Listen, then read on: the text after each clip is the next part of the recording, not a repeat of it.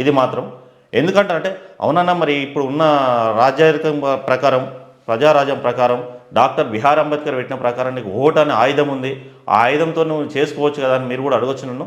ఆ దానికి సమాధానం కూడా నేను ఏమని చెప్తున్నానంటే ఓటు అనే ఆయుధం ఇచ్చిల్లు మనకు, కానీ ఓటు అనే ఆయుధంలో ఈసొంటి వాళ్ళను గుర్తించని విధానమే ఉంటుంది. వాళ్ళ కష్టాలకు ఏం చేస్తున్నారు అయ్యేలా ఎవరికి ఏమన్నా సాయం చేస్తారా? ఒక డిపార్ట్మెంట్లో ఒక చనిపోతే పోలీస్ డిపార్ట్మెంట్లో ఎవరైనా చనిపోతే ఆ కుటుంబానికి ఇమీడియట్గా ఒక గవర్నమెంట్ జాబ్ అని ఇస్తుంది. అవును. అంటే అన్నలు అనేవాళ్ళు మొత్తం శత్రువుల పాకిస్తాన్ నుంచి అయితే ఉట్టుకరాలే కదా వీళ్ళు, ఇక్కడ మన భారతదేశంలో కదా. వీళ్ళని అంత హింసించి చంపడానికి కారణం ఏంది? మీ ప్రభుత్వమే కరెక్ట్ ఉంటే ఈరోజు ఈ అన్నలనే వాళ్ళు ఉండకపోవు కదా.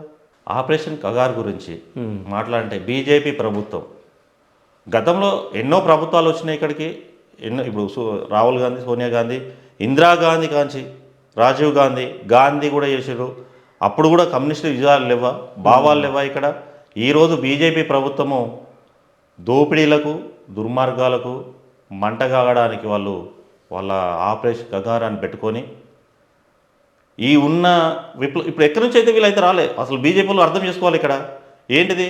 తెలంగాణ నుంచి ఎక్కువ మంది ఉన్నారు, మొత్తం భారతదేశంలో ఉన్నారు.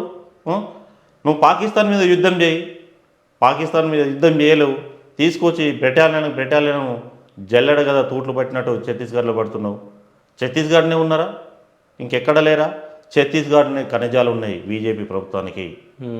అవి దోసుకోవాలంటే మావోయిస్టు అనే వాళ్ళు ఉండొద్దు ఇక్కడ, మావోయిస్టు సిద్ధాంతం ఉండొద్దు, మాకు వేలైతే చూపించేవారు ఉండొద్దు ఇక్కడ అనే ఆలోచనలో ఈరోజు ఆపరేషన్ కగారాన్ని పెట్టి దాని మీద మీరు చేసే అక్రమాలు అన్యాయాలు ఎన్ని జరుగుతున్నాయి ప్రతి ఒక్క ప్రజలకు తెలుసు. డైరెక్ట్గా ఎవరు కూడా ప్రభుత్వాన్ని నిలదీసి అడుగుతలేరు. ఈరోజు ఎంత ఇగ్మా అన్నారు, ఇగ్మా కన్నా ముందు చనిపోయిన వాళ్ళు చాలామంది ఉన్నారు. పేర్లు కూడా తెలియకుంటూ వాళ్ళ పేర్లు చెప్పకుంటూ ఈ ప్రభుత్వం బీజేపీ ప్రభుత్వం ఎక్కిన గత 5 సంవత్సరాల నుంచి గతంలో చేసిన 5 సంవత్సరాలు ఈ 5 సంవత్సరాల్లో ఎంతమంది చనిపోయారు, ఎంతమందిని మీరు అరాచకంగా ఊచకోత వస్తుళ్ళు అక్కడ. మీకు దానివల్ల ఏమొస్తుంది? వాళ్ళు ప్రజలే కదా, వాళ్ళు మన భారతీయులే కదా.